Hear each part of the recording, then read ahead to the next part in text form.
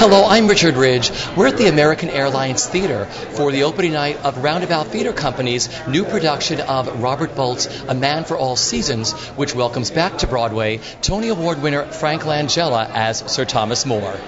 You and your class have given in, as you rightly call it, because the religion of our country means nothing to you, one way or the other. That's a foolish thing for a start. The nobility of England has always The nobility of England, my lord, would have snored through the Sermon on the Mount.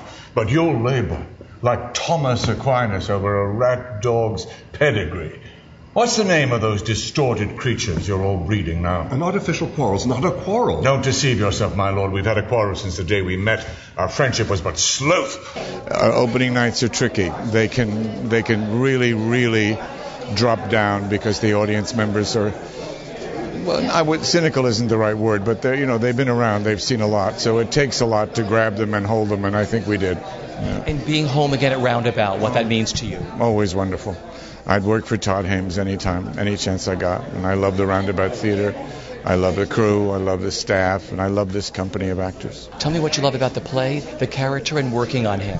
Well, it's the sort of theater I saw when I first came to New York in the early 60s. Large plays, large casts, epics, costume drama, big sets, and a theme, a story that you can relate to in a very powerful way. It's about soul and conscience, and it's about integrity. And those things are worth talking about these days. Just about playing King Henry VIII, did you do research other than the play?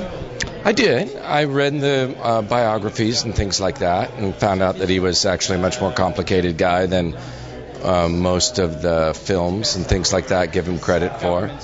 And then, of course, after that, then you go back to the script and play what's on the page in this production, in this show, in Robert Bolt's Henry VIII, which is just a little different from history's Henry VIII. But hopefully you can, it all fills it out.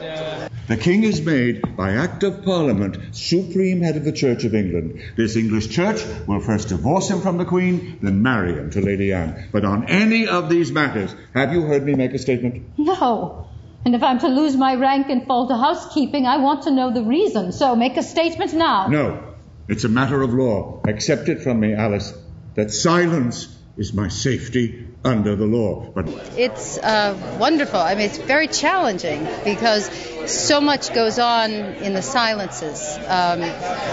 She takes huge leaps in her love, in her frustration, in her anger, her fear, and in the silences, in between lines, but very thrilling at the same time.